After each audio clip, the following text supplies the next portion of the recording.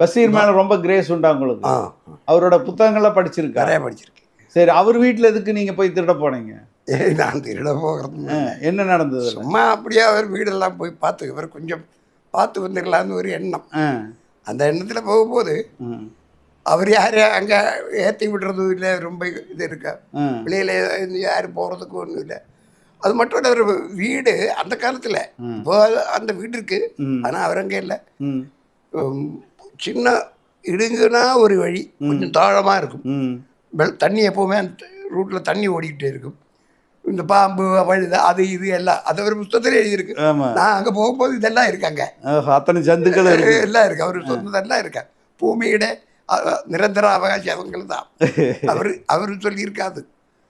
சரி, அவரை பார்க்குறது விடுறது இல்லை அப்படின்னா, சரி இப்போ பார்க்கலன்னா இவன் நம்ம பார்க்க வேண்டிய ஒரு அவசியம் இருக்கும், நம்மளை தொலைகி வந்துடுவான் அப்படின்னு. நீங்கள் அதில் நல்லா எழுதியிருக்கீங்க.